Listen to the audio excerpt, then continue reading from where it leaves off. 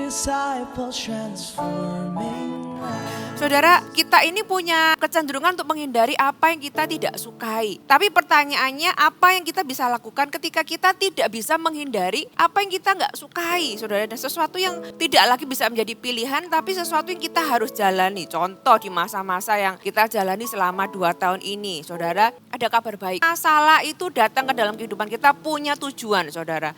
Ada sesuatu tujuan kenapa masalah itu diizinkan terjadi dalam kehidupan kita. Saya tahu Anda siap menerima firman Tuhan. Saya tahu Anda antusias dan haus dan lapar akan Tuhan. Karena firman Tuhan berkata orang yang haus dan lapar akan dipuaskan. Saya percaya firman Tuhan hari ini akan memuaskan dan memberikan jawaban bagi Anda semua.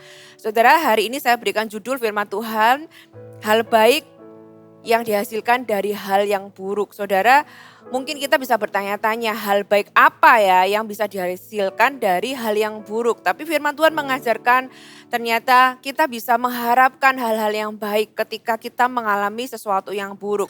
Saudara, kita semua tidak sabar menunggu kondisi kembali normal. Ya kan, dunia ini mengalami transisi tanpa permisi kepada kita.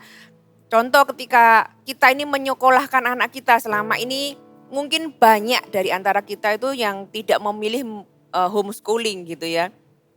Tapi ketika pandemi terjadi tidak pernah kita ini mengharapkan itu terjadi. Tapi kita tiba-tiba harus berubah. Hidup kita mengalami transisi. Kita sekarang tidak punya pilihan lain gitu ya. Seolah-olah kita gak punya pilihan lain kecuali berkata iya terhadap apa yang hari ini menjadi satu-satunya hal yang kita harus jalani. Suka gak suka gitu kan. Ya mungkin kalau kita yang nggak biasa dengan homeschooling, saya melihat banyak video gitu ya orang tua yang mengajari anaknya yang mungkin seminggu 2 minggu pertama bisa mengatasi tapi setelahnya cukup frustasi gitu ya. Dan lebih parahnya anak-anak kita juga tidak pernah memilih atau berharap ini semua terjadi. Saudara, adalah hal yang wajar kalau kita ini dari kecil biasanya menghindari hal-hal yang kita tidak sukai.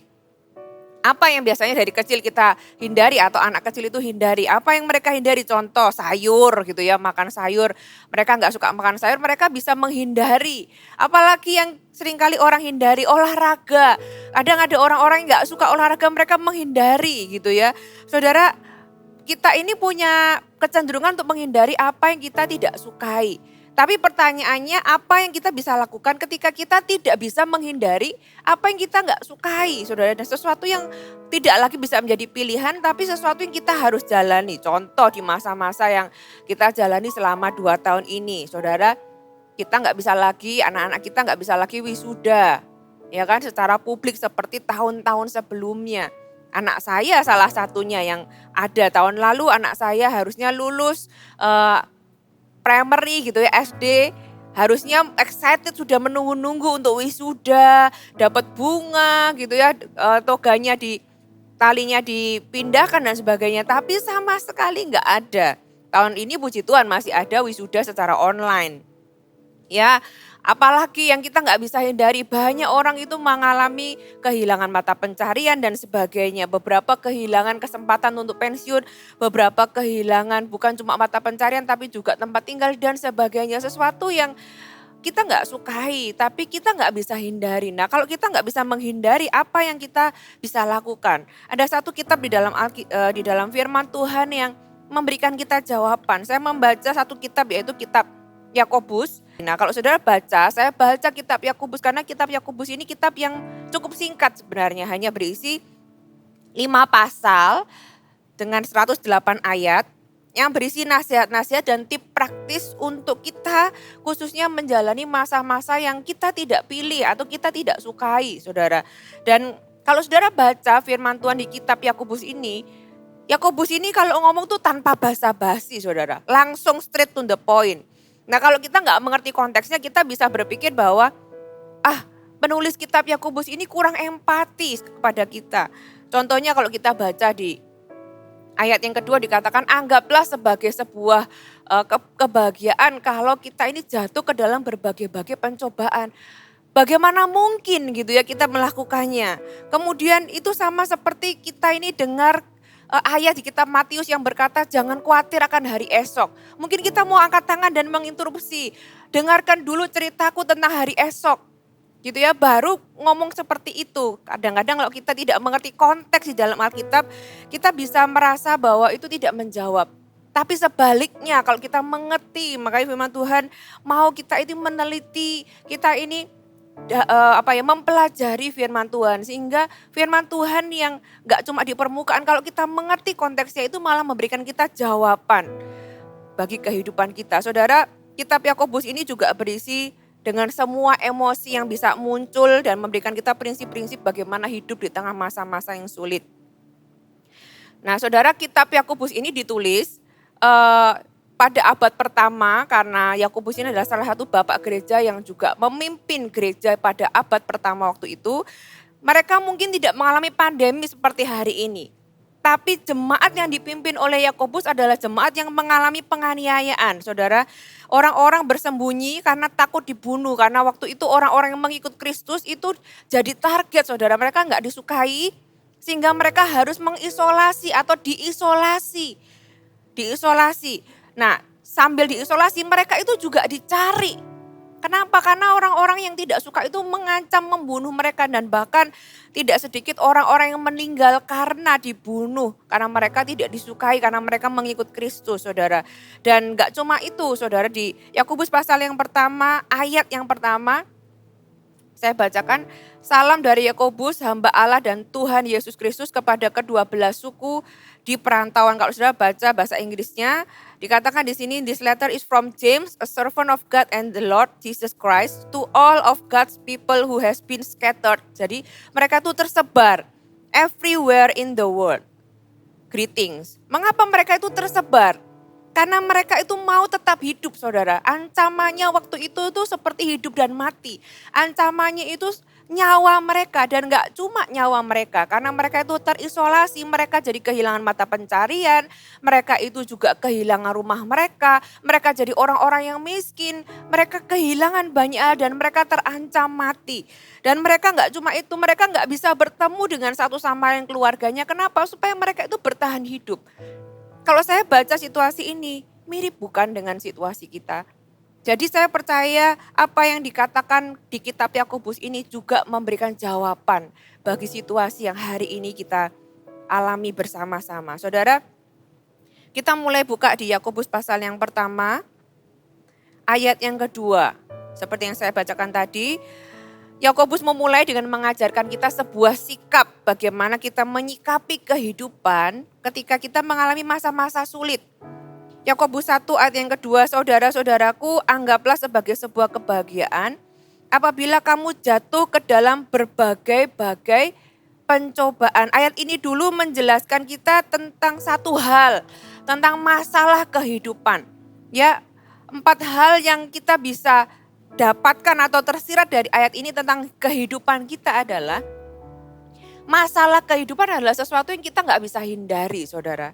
Ya, kata apabila itu sesuatu yang pasti terjadi, cuma waktunya kita nggak tahu. Apabila itu berarti bisa datang kapanpun atau sewaktu-waktu. Sesuatu yang kita nggak bisa hindari. Dan bukan cuma Yakobus yang pernah bilang seperti ini.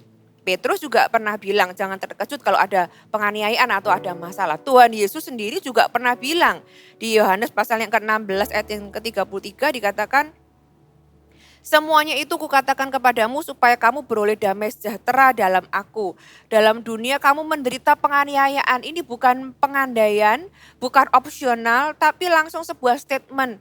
Dalam dunia kamu menderita penganiayaan atau kesulitan gitu ya, tetapi kuatkanlah hatimu, aku telah mengalahkan dunia. Saudara, tidak ada orang yang punya pengecualian di dunia ini. Kalau kita ini sekolah atau kuliah, ini bukanlah mata kuliah atau mata pelajaran pilihan. Ini tuh sesuatu yang wajib, yang harus dijalani kalau kita itu mau lulus.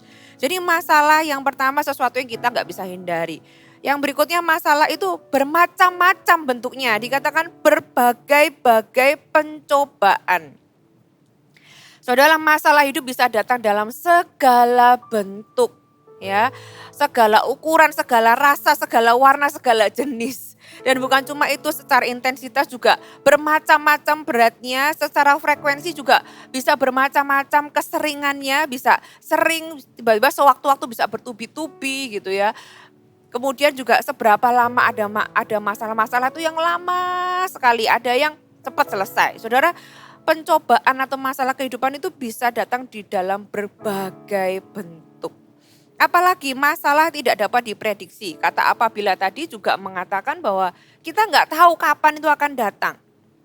Ya, itu sesuatu yang tidak pernah kita bisa rencanakan atau pilih kapan waktunya. Kadang kalau kita bisa ngomong sama masalah itu, kalau kita mau bilang, aduh kalau bisa jangan sekarang please gitu ya. Tahun depan aja, sesuatu kasih aku waktu untuk mempersiapkan diri gitu ya. Kalau bisa bilang, sayangnya kita nggak bisa bilang. Contoh misalnya kita lagi ke pesta, udah cantik gitu ya, udah ganteng, pakai baju keren.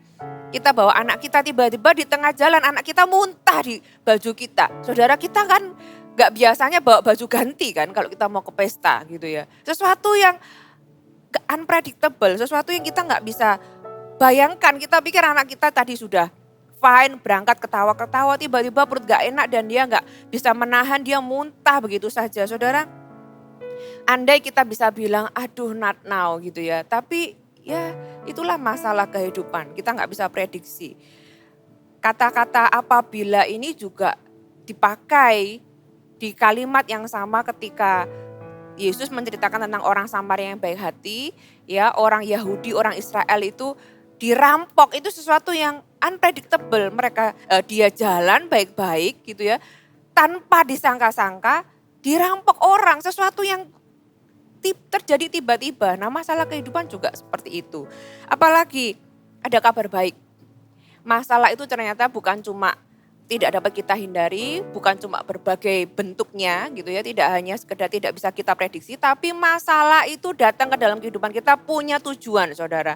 Ada sesuatu tujuan kenapa masalah itu diizinkan terjadi dalam kehidupan kita. Ya, ayat berikutnya ayat Yakobus pasal yang pertama ayat yang ke-3 dikatakan, sebab kamu tahu bahwa ujian terhadap imanmu itu menghasilkan ketekunan, garis bawahi kata menghasilkan. Berarti masalah di dalam kehidupan kita ini adalah sesuatu yang produktif, Saudara. Sesuatu yang bisa menghasilkan sesuatu dan ternyata sesuatu itu adalah sesuatu yang baik. Ayat ini berkata bahwa stres dan kesulitan itu dapat menyelesaikan sebuah pekerjaan yang hasilnya baik untuk Anda dan saya. Jadi Yakobus menyampaikan bahwa Tuhan itu bisa memakai kesulitan itu untuk menjadi alat yang mengerjakan sesuatu yang baik di dalam diri kita. Nah, kita mungkin berpikir, bagaimana mungkin ya Tuhan itu menggunakan hal yang buruk untuk menghasilkan hal yang baik. Kita juga berpikir hal baik apa yang bisa dihasilkan dari hal yang buruk. Saudara, hal baik apa yang bisa dihasilkan oleh kesulitan hidup? Saudara bisa catat. Yang pertama, seperti ayat ini katakan, ujian terhadap imanmu itu menghasilkan ketekunan. Yang pertama, ujian terhadap imanmu. Berarti Anda akan tahu seberapa kuat iman Anda. Ini saudara bisa baca di Matius pasal yang ke-7. Sama seperti ketika Tuhan menceritakan tentang dua macam dasar, saya bacakan ayat ke-24. Setiap orang yang mendengar perkataanku ini dan melakukannya, ia sama dengan orang yang bijaksana yang mendirikan rumahnya di atas batu. Kemudian turunlah hujan, datanglah banjir, lalu angin melanda rumah itu, tetapi rumah itu tidak roboh, sebab didirikan di atas batu. Tetapi setiap orang yang mendengar perkataanku ini dan tidak melakukannya, ia sama dengan orang yang bodoh yang mendirikan rumahnya di atas pasir. Kemudian turunlah hujan dan datanglah banjir, lalu angin melanda rumah itu sehingga rubuhlah rumah itu dan hebatlah kerusakannya. Saudara, apapun yang kita bangun, iman kita ini pasti akan diuji. Ya, saya katakan tadi nggak ada pengecualian di dunia ini. Demikian juga orang mau bangun di atas batu, di atas pasir, pasti akan ada angin, pasti akan ada hujan, pasti akan ada banjir. Nah, dari sini kita akan tahu kalau enggak rumah itu akan terlihat sama di atasnya. Ya, iman kita akan terlihat sama. Orang bisa ngomong sesuatu yang rohani di luar, orang bisa kelihatan kuat di luar, until sampai ada masalah kehidupan. Sampai ada angin, ada banjir, ada ujian. Kita bisa tahu seberapa kuat iman kita. Ya, satu ayat lagi di 1 Petrus pasal yang pertama Saudara bisa baca ayat yang ayat yang ke-6, kita baca ayat 6 dan ke-7. Bergembiralah akan hal itu, sekalipun sekarang ini kamu seketika harus berduka cita oleh berbagai-bagai pencobaan. Maksud semuanya itu ialah untuk membuktikan kemurnian imanmu yang jauh lebih tinggi nilainya daripada emas yang fana, yang diuji kemurniannya dengan api sehingga kamu memperoleh puji-pujian dan kemuliaan dan kehormatan pada hari Yesus Kristus menyatakan dirinya. Saudara, ini ayat yang sebenarnya paralel. Sama konteks, sama isinya dengan apa yang tadi Yakobus katakan, ya kan? Karena apa? Pencobaan itu atau kesulitan hidup itu sebenarnya ditujukan untuk memurnikan, untuk tahu seberapa murni iman kita, ya. Dan ketika kata ujian di dalam Yakobus itu sama dengan apa yang dikatakan di sini, menguji kemurnian, membuktikan kemurnian imanmu itu seperti menguji kemurnian logam mulia. Untuk memurnikan logam mulia apa yang dilakukan? Kita harus taruh di dalam suhu yang cukup tinggi supaya tahu seberapa murni logam ini. Kalau dia nggak murni akan ada kotoran-kotoran yang naik. Makanya nggak heran ketika kita itu dalam kondisi yang tertekan, dalam kondisi yang panas gitu ya, stres, kita bisa muncul sesuatu yang kita pikir kita nggak ada loh saudara. Kita bisa seolah-olah jadi orang lain. Apakah kita berubah? No, itu hanya sesuatu yang di dalam yang muncul karena ada api. Jadi emas itu kalau tercampur misalnya 50% kuningan atau 50% yang lain gitu ya. Ketika ada api, yang lain itu akan naik ke atas saudara sehingga bisa diambil. Nah apakah sebelumnya tidak ada? Ada, tapi tidak kelihatan. Makanya saudara apa yang baik dari kesulitan hidup adalah membuat kita itu tahu. Tahu apa? Tahu seberapa kuat iman kita. Tahu apa? Tahu dan menyadari apa sih yang sebenarnya kita ini benar-benar percayai atau apa yang selama ini kita hanya pura-pura percayai. Contoh kita dari kecil diajari waktu Eagle Kids atau sekolah minggu gitu ya. Kita diajari Tuhan itu baik. Tuhan itu penolong. Tuhan itu saudara kita diajari dan kita itu hafal di pikiran kita. Kita tuh hafal. Tapi ketika kesulitan hidup itu menghantam hidup kita bertanya-tanya, is that true gitu? Apakah itu benar? Dan kita mulai mempertanyakan semuanya dan kita jadi tidak percaya apa yang selama ini kita pikir kita percayai. Saudara, apakah itu sesuatu yang buruk? Itu sesuatu yang baik saudara. Ketika angin, hujan, banjir itu melanda rumah walaupun dia itu dibangun di atas pasir dan dikatakan hebatlah kerusakannya. Apa yang baik? Kita jadi tahu. Oh ternyata selama ini aku membangun di atas dasar yang salah. Kalau hari ini engkau merasa bahwa semua masalah itu menyadarkan Anda bahwa ternyata selama ini imanku sama Tuhan itu tidak cukup kuat. Don't worry, jangan khawatir. Ini adalah kesempatan yang baik. Anda jadi tahu, Anda jadi sadar gitu ya.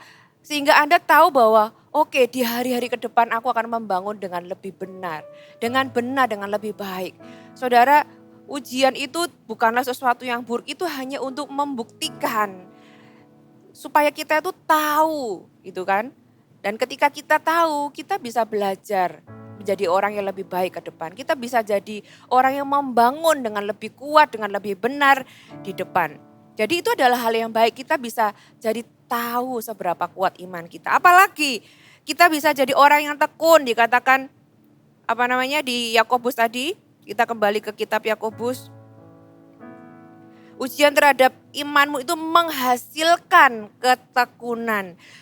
Ya, yang kedua pencobaan atau kesulitan itu akan menghasilkan sesuatu, bukan hanya sekedar membuktikan sesuatu, tapi menghasilkan yang namanya ketekunan. Apa itu ketekunan? Ketekunan adalah kemampuan untuk bertahan di bawah kesulitan dan tekanan. Dan ini adalah sebuah kualitas yang tidak banyak dimiliki banyak orang, saudara. Apalagi di zaman yang serba instan, kena masalah, kita punya opsi untuk pindah, kita punya opsi untuk melakukan hal yang lain dan sebagainya. Mudah sekali, tapi karena Tuhan tahu bahwa kualitas ini adalah sebuah kualitas yang penting untuk kita miliki. Tuhan mau kita memilikinya dan satu-satunya cara adalah membuat kita itu mengalami yang namanya berbagai-bagai pencobaan. Saudara, iman itu kayak otot. Ya, supaya otot kita itu kuat, menanggung ya kan. Ketekunan itu kan menanggung di bawah tekanan. Makanya otot itu harus dilatih dengan cara diberi tekanan atau diberi berat. Ya, angkat barbel. Gak cuma sekedar ya yang 1 kilo, 2 kilo, tapi nambah gitu ya. Supaya apa? Supaya kuat.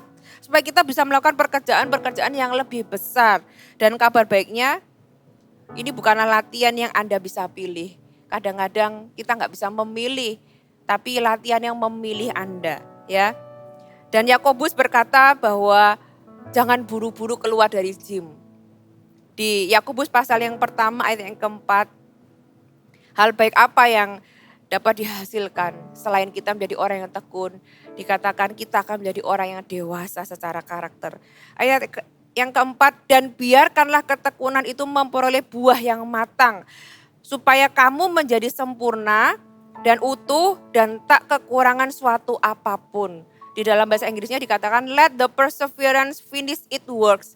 Jadi biarkan ketekunan itu terus dikerjakan sampai selesai. Jadi butuh waktu. Ya kan saudara, sehingga kita ini jangan cari jalan pintas, kita ini jangan mencoba menyelamatkan diri, jangan mencoba untuk melarikan diri dari proses.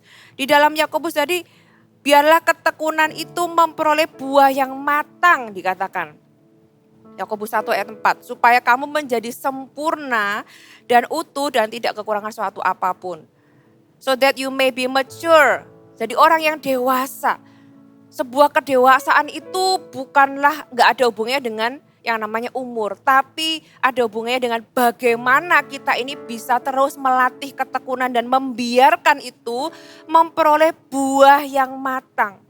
Ya, ada orang-orang yang tidak membiarkan sehingga itu gak berbuah dengan matang. Buah yang gak matang rasanya gak enak. Saudara, Tuhan mau Anda mengizinkan Tuhan mengerjakan sampai selesai. Apa yang dihasilkan, Anda akan menjadi orang yang dewasa, sempurna. Di sini dikatakan sempurna tentunya bukan kesempurnaan yang orang bayangkan, tapi sempurna itu adalah dewasa. Kita jadi orang yang bertumbuh dewasa. Dan satu-satunya cara menjadi dewasa dan utuh adalah dengan cara berani menghadapi kesulitan yang diizinkan kita alami. Dan kita mengalami kesetiaan Tuhan. Saudara, ini adalah hal yang mungkin gak menyenangkan untuk didengarkan atau dilakukan. Tapi perhatikan ini, kesalahan banyak orang adalah seringkali kita ini ingin membuang sesuatu yang Tuhan mau pakai di dalam kehidupan kita. Kita ingin kesulitan itu dibuang padahal Tuhan mau pakai. Hal yang kita sering doakan supaya itu pergi dari kehidupan kita, which is sangat bisa dimengerti gitu ya, adalah hal yang Tuhan itu sedang pakai untuk mengerjakan dan menghasilkan hal yang indah di dalam kehidupan kita. Saudara, izinkan Tuhan terus mengerjakan dalam kehidupan Anda. Memang mungkin rasanya gak enak, tapi ada hal yang baik yang akan Anda tuai. Anda akan menjadi orang yang dewasa secara karakter. Anda akan menjadi orang yang utuh, ya, gak merasa kurang. Tapi Anda bisa whole, bisa merasa jadi orang itu utuh. Gak kekurangan sesuatu yang apapun. Saudara, jadi respon apa yang Tuhan mau kita ini miliki ketika kita ini menjalani masa-masa yang sulit. Yakobus mengajarkan yang pertama, Tuhan mau kita mengetahui kebenaran. Kita baca lagi Yakobus 1 ayat yang kedua tadi. Sampai ayat yang ketiga. Saudara-saudaraku, anggaplah sebagai suatu kebahagiaan apabila kamu jatuh ke dalam berbagai-bagai pencobaan. Sebab kamu tahu, gitu ya saudara, garis bawahi dulu, anggaplah sebagai suatu kebahagiaan. Jangan salah ngerti ya saudara ya, Yakobus itu tidak sedang berkata untuk kita menyangkali apa yang kita alami atau pura-pura gak terjadi apa-apa gitu ya. Kita mungkin berkata gak apa-apa kok, it's not a big deal, ini bukan sesuatu yang buruk, ini gak berat. Loh kalau berat ya kita harus akui memang berat gitu ya. Terus kita berkata aku baik-baik saja padahal kita gak baik-baik saja. Itu sama seperti saudara pakai masker yang ada gambarnya mulut lagi tertawa atau tersenyum sedangkan mulut Anda yang asli itu Anda sedang cemberut. Saudara, itu bukan yang Yakobus sampaikan ketika dia berkata anggaplah sebagai sebuah kebahagiaan. Ya, kata kuncinya di sini adalah kata sebab kamu tahu. Ya kalau Anda tahu apa yang sebenarnya terjadi, Anda akan bisa menghadapi masa sulit dengan baik. Jadi bagaimana kita mengatasi stres dan semua masalah kehidupan ini tergantung dari apa yang kita tahu. Nah banyak orang kenapa nggak bisa menganggap masalah itu adalah sebuah kebahagiaan? Karena mereka nggak tahu. Nah apa yang kita harus ketahui saudara? Anda harus tahu bahwa Anda tidak pernah sendiri.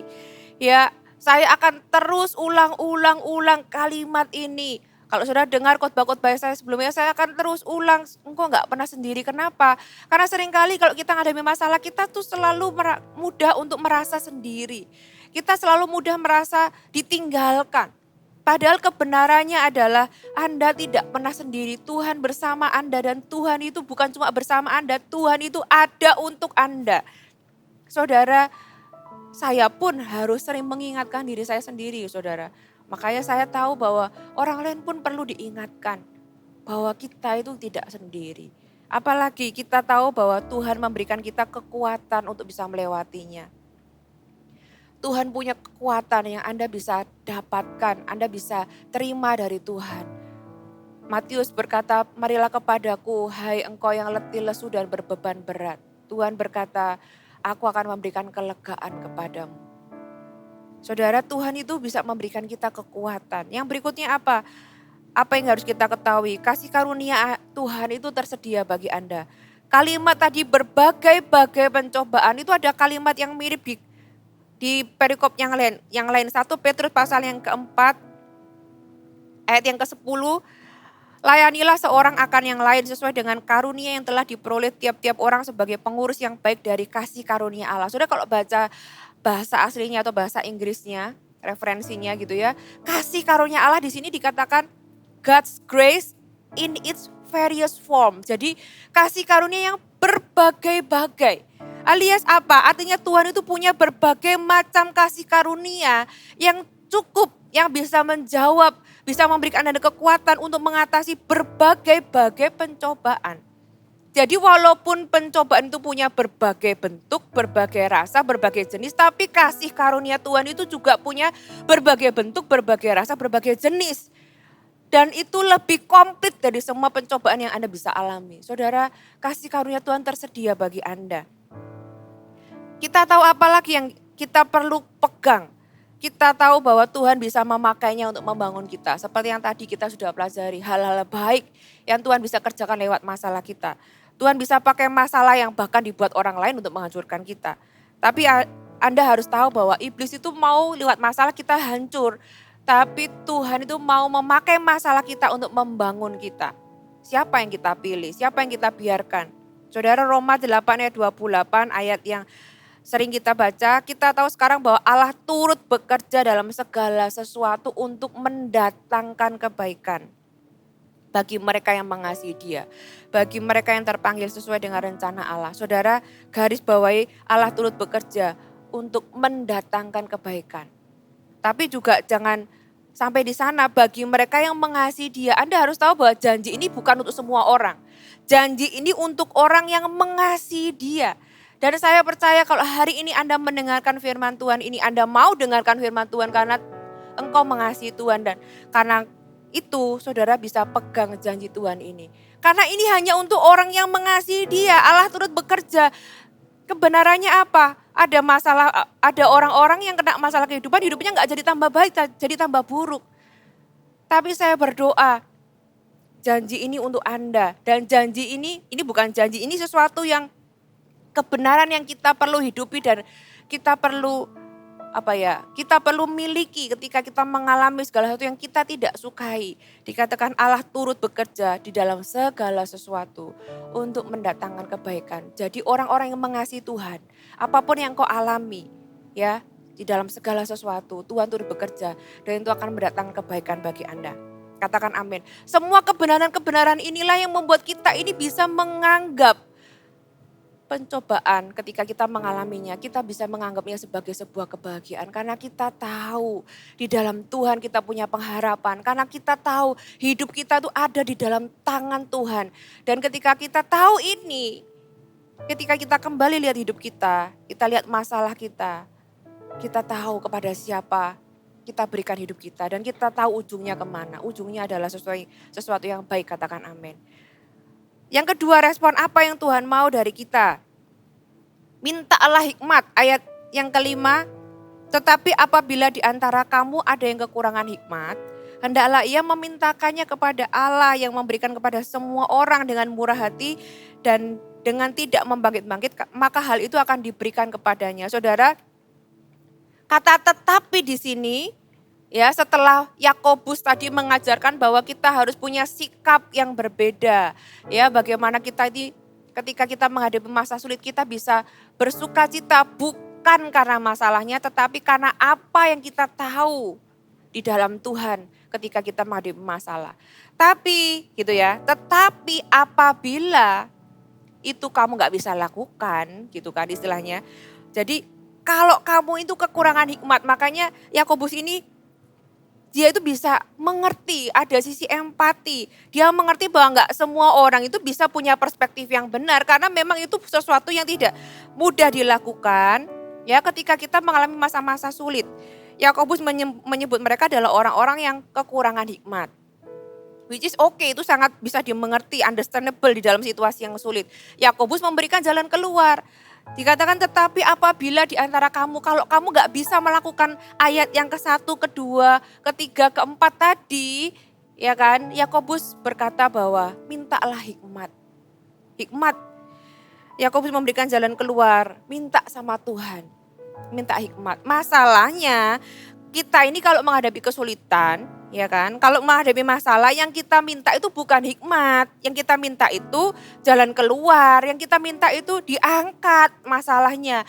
Yakobus berkata bahwa jangan buru-buru, itu masih mengerjakan sesuatu yang baik. Nah, selama engkau menjalaninya, kalau engkau gak bisa melihat itu sebagai sebuah kebahagiaan, mintalah hikmat sama Tuhan. Saudara, hari ini apakah Anda sudah pernah meminta hikmat? Kalau belum, ini waktunya kita minta hikmat sama Tuhan. Ada hal-hal di dalam kehidupan kita ini kita gak bisa pilih untuk kita jalani. Dan kadang kita itu sulit untuk bisa melihatnya sebagai sebuah kebahagiaan. Tapi jalan keluarnya adalah kita minta hikmat sama Tuhan. Tuhan, tolong aku untuk aku bisa melihat semua hal ini dengan cara yang benar. Tuhan, tolong aku untuk aku ini bisa mengerti rencanamu.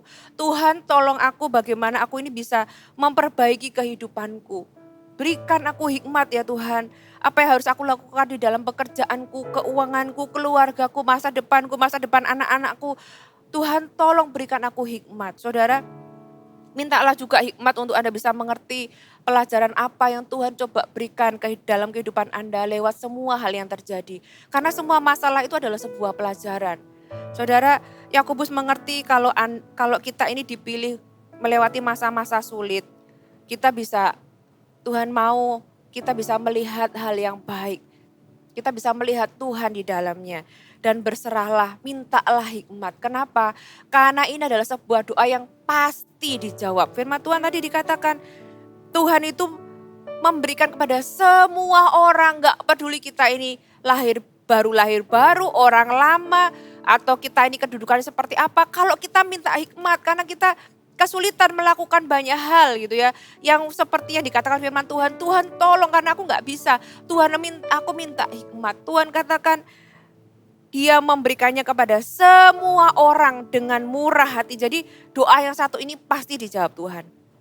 Mintalah kepada Tuhan hikmat untuk bisa melihat diri Anda, situasi Anda, hal baik apa yang Tuhan mau kerjakan dalam kehidupan Anda. Ya, yang terakhir, jangan menyerah.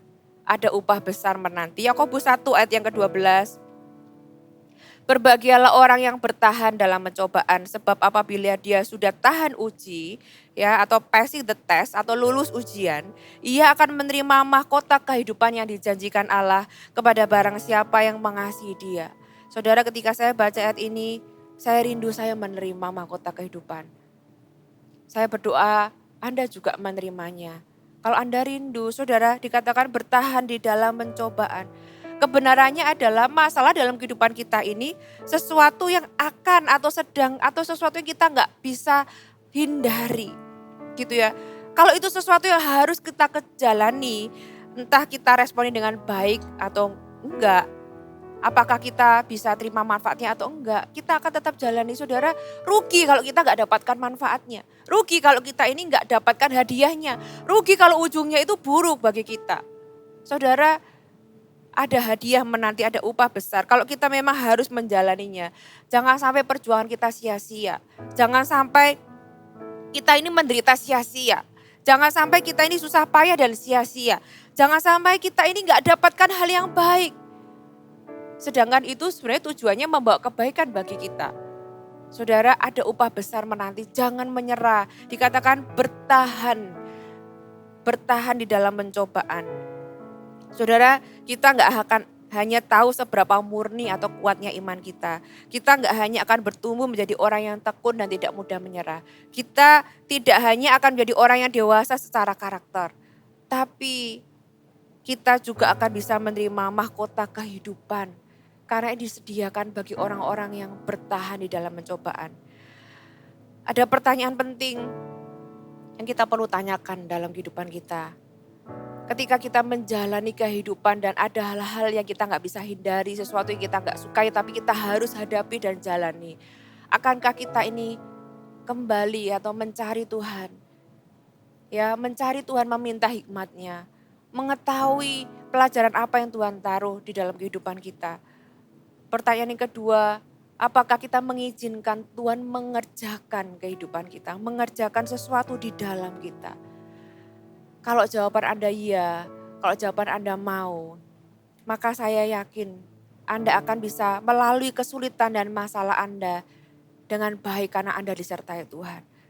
Saya yakin Anda akan bertumbuh di dalam iman.